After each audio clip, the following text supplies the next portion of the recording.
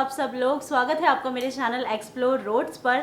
और आज की वीडियो में मैं आपके सवालों का जवाब देने वाली हूं। और सावन के महीने में अगर आप महाकालेश्वर में दर्शन करने जा रहे हैं तो उससे रिलेटेड भी कुछ बातें मैं आपको इस वीडियो में बताने वाली हूं। तो वीडियो को एंड तक देखना। और अगर आपने चैनल सब्सक्राइब नहीं किया है तो प्लीज़ चैनल को सब्सक्राइब कर लीजिए। वीडियो अगर अच्छी लगती है तो वीडियो को शेयर करना और लाइक करना बिल्कुल भी मत भूलना। तो चलिए वीडियो शुरू करते। तो सबसे पहले तो आप लोगों के जो सवाल आ रहे थे वो आ रहे थे सावन के महीने में महाकालेश्वर में जल अभिषेक करने देते हैं या नहीं करने देते हैं। तो सावन के महीने में जल अभिषेक करने देते हैं, बट वो जो फ्री वाले जो जल अभिषेक होता है ना, जैसे 12 से 3 का जो मैंने आपको टाइम बताया था कि एक तो टाइम होता है सुबह 6 बजे से लेके सुबह 10 बजे तक आप जल अभिषेक करते हैं, जिसका आपको चार्ज देना पड़ता है। पर पर्सन आपको 1000 रुपये लगता है। और अगर आप 2 लोग हैं तो आपको 1500 रुपये पे करना पड़ता है 2 लोगों का, सुबह 6 बजे से लेके सुबह के 10 बजे तक। ठीक है, लेकिन सावन के महीने में फ्री वाले जो जल अभिषेक करने देते हैं ना, वो बंद हो जाता है क्योंकि भीड़ बहुत ज़्यादा हो जाती है सावन के महीने में। दोपहर के 12 बजे से लेके दोपहर के 3 बजे तक का जो टाइम होता है ना, उसमें आप फ्री जल अभिषेक कर सकते हैं मंगलवार से लेके शुक्रवार तक। ठीक है, लेकिन सावन के महीने में वो चीज़ बंद कर दी जाती है बिकॉज ऑफ क्राउड। ठीक है, तो आपको चार्जेबल वाले जो जल अभिषेक है वही करने का सवाल था आप लोगों का नागेश्वर मंदिर के बारे में कि नाग पंचमी पे जो नागेश्वर मंदिर खुलता है तो उसका क्या प्रोसेस है दर्शन करने का। तो उसमें कुछ लोगों ने बोला था कि आप बुकिंग होती है क्या, लाइन में लगना पड़ता है, क्या प्रोसेस है वहाँ पे दर्शन करने का। तो देखिए, नागेश्वर मंदिर जो है वो साल में नाग पंचमी वाले दिन खुलता है महाकाल में। ठीक है, तो वहाँ पे जब आप दर्शन करने जाओगे तो वहाँ पे कोई बुकिंग वगैरह नहीं है अभी फ़िलहाल। कोई वहाँ पर आपको ऑनलाइन ऑफलाइन किसी भी तरह की बुकिंग वहाँ पे आपको नहीं करनी है। आपको डायरेक्टली दर्शन करने जाना है तो अब बस आपको लाइन में लग जाना है।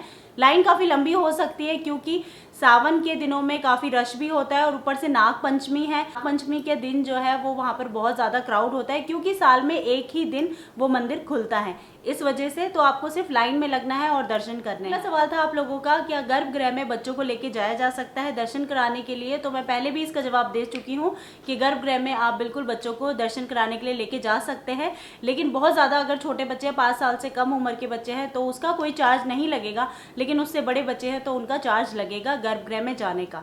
महाकाल दर्शन के लिए ड्रेस कोड को लेके बहुत ज़्यादा लोगों के मन में अभी भी बहुत ज़्यादा कन्फ्यूजन है।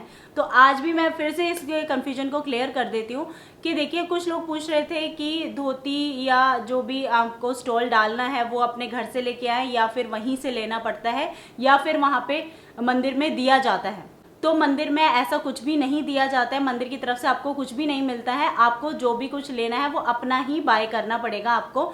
चाहे तो आप घर से ले आइए, चाहे आप वहाँ के मार्केट से खरीद लीजिए, it's totally up to you.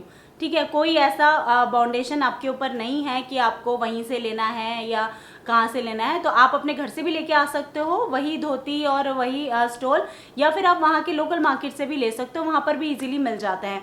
Price भी मैं बता देती हूँ आपको। धोती का प्राइस है 250 रुपीज़ और आपका जो स्टॉल है उसका भी प्राइस 250 रुपीज़ है। बार्गेन करके या आपको 450 के अराउंड या 500 तक में तो मिलेगा ही मिलेगा। ठीक है, और क्वालिटी पे डिपेंड करती है। बाकी चीज़ें लो क्वालिटी इससे थोड़ी कम रेंज में मिल जाएगी और अच्छी क्वालिटी जो है आपको 500 रुपये में दोनों चीज़ें मिल जाएंगी। और साड़ी भी मिल जाती है, लेकिन साड़ी आप अपने घर से भी लेके आ सकते हैं। कोई कलर का बाउंडेशन नहीं है, सिर्फ आप कोई भी साड़ी पहन सकते हैं, चाहे घर से लेके आ जाइए चाहे वहाँ से खरीद लीजिए। साड़ी पहनने को लेकर भी बहुत सारे लोगों के बहुत ज़्यादा कन्फ्यूजन है कि कोई कह रहा है कि मेरी बेटी 16 साल की है तो क्या वो साड़ी पहन के जाना ज़रूरी है। कोई कह रहा है कि हम अनमैरिड हैं तो हमें साड़ी पहनना जाना ज़रूरी है क्या। तो मैं आप देखो, सब लोगों को फिर से मैं एक बार क्लियर कर रही हूँ ड्रेस कोड के बारे में कि फीमेल्स के लिए खासकर मैं बता रही हूँ। अगर आप मैरिड हो चाहे अनमैरिड हो, इट डजेंट मैटर। अगर आप एडल्ट है तो आपको साड़ी पहनना ही पहनना है। अगर आप कन्या हैं तो आप सिंपल सूट में लेके जा सकते हैं, या आपकी बच्ची बहुत छोटी है तो आप उसको साधारण जो नॉर्मल बच्चों के कपड़े होते हैं उसमें लेके जा सकते हैं, लेकिन कवर्ड कपड़ों में लेके जाइए। मतलब इन शॉर्ट यही कहना चाहूँगी कि कवर्ड कपड़ों में लेके जाइए। बड़ी लड़कियां हैं, मैरिड हो चाहे अनमैरिड हो, आपको साड़ी पहनना ही पहनना है, चाहे कुछ भी हो, वो वहाँ का ड्रेस कोड है। ठीक, और अगर आप टीनेजर वगैरह हैं तो आप सूट में लेके जा सकते हैं, छोटी बच्ची है सूट में लेके जा सकते हैं। लेकिन अगर आपकी बच्ची बहुत ही ज़्यादा छोटी है, मतलब 5 साल से या 5 साल से छोटी है, तो आप नॉर्मल जो बच्चों के कपड़े होते हैं उसमें लेके जा सकते हैं। तो आई होप कि आपको ये ड्रेस कोड वाली बात क्लियर हो गई होगी। बात करते हैं हैं कि धर्मशाला को लेकर आप लोगों के काफ़ी सवाल आ रहे थे कि वहाँ पे धर्मशाला कैसे बुक करें।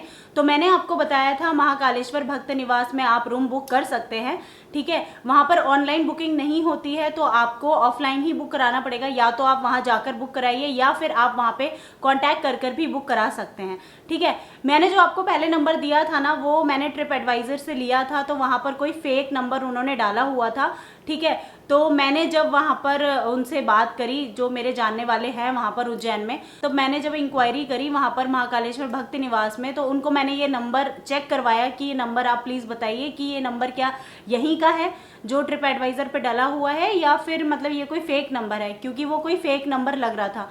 तो फिर उन्होंने बोला कि यहाँ पर जो पहले मैनेजर वगैरह थे उन्होंने कुछ हेरा फेरी वगैरह करी हुई थी। जैसे कि आपको पता ही है, जैसे कि आपको आइडिया ही होगा कि हर तीर्थ स्थल पे कोई ना कोई मतलब ऐसे फ्रॉड लोग तो होते ही हैं।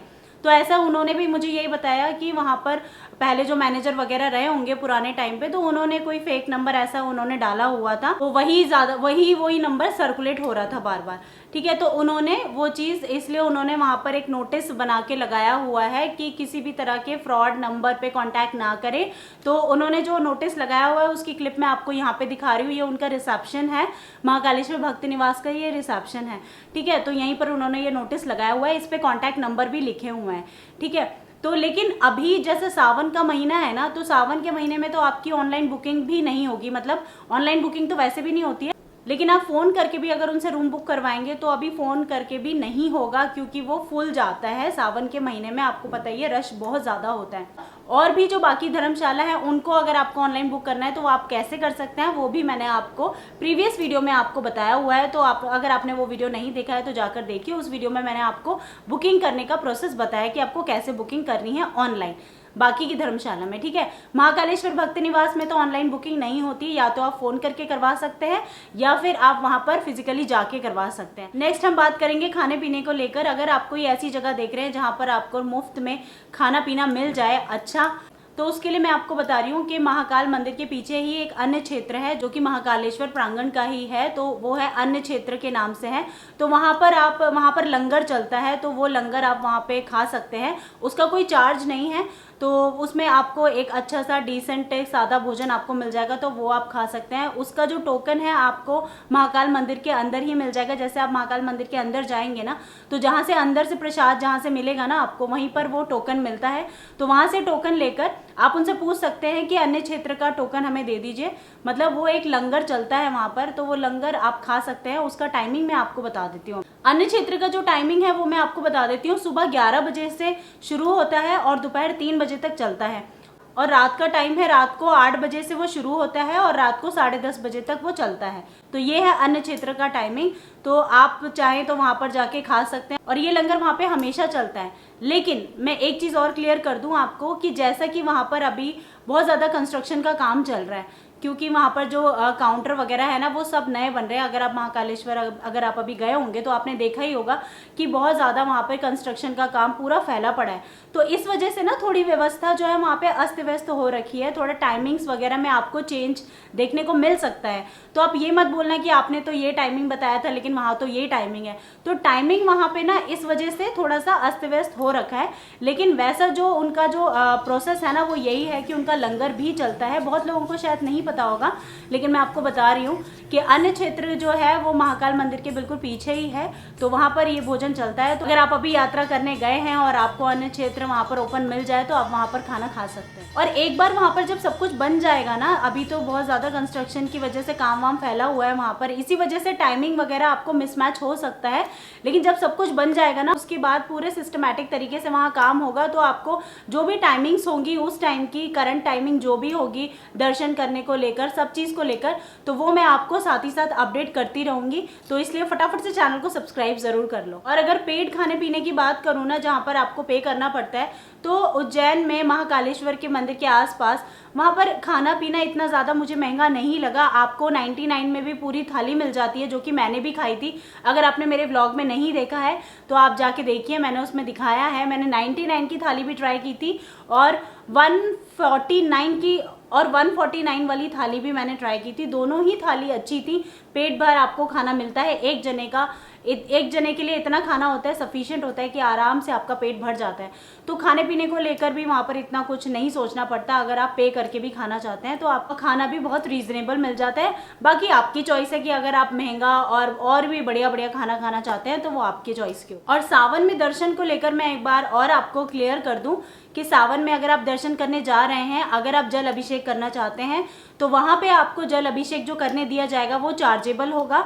और जो फ्री जल अभिषेक जो होता है रेगुलर डेज में, ट्यूसडे टू फ्राइडे, वो करने नहीं देंगे आपको, क्योंकि रश बहुत ज्यादा होता है। इसलिए वो फ्री वाला जो जल अभिषेक होता है वो बंद कर देते हैं। अगर वहां पे क्राउड कम हुआ तो वो खोल भी देंगे, लेकिन अगर क्राउड ज्यादा हुआ तो सावन के टाइम पे वो बंद कर देते हैं। तो आपको चार्जेबल जल अभिषेक ही करने होंगे, जिसका चार्ज है एक बंदे का आपको 1000 रुपए लगता है और 2 बंदे का आपको 1500 रुपए लगता है। तो ये चार्ज पे करके आपको जल अभिषेक करना होगा। तो दोस्तों, आई होप कि आज के ये डाउट्स आपके क्लियर हो गए होंगे। और अभी भी कोई आपका डाउट्स हो तो आप मुझे कमेंट करके पूछ सकते हैं, मैं उसका रिप्लाई जरूर करूंगी। और अगर आपके बहुत सारे डाउट्स हुए तो अगेन मैं आपके लिए एक और वीडियो बनाऊंगी। तो चलिए मिलते हैं आपसे नेक्स्ट वीडियो में। टिल देन टेक केयर, जय महाकाल।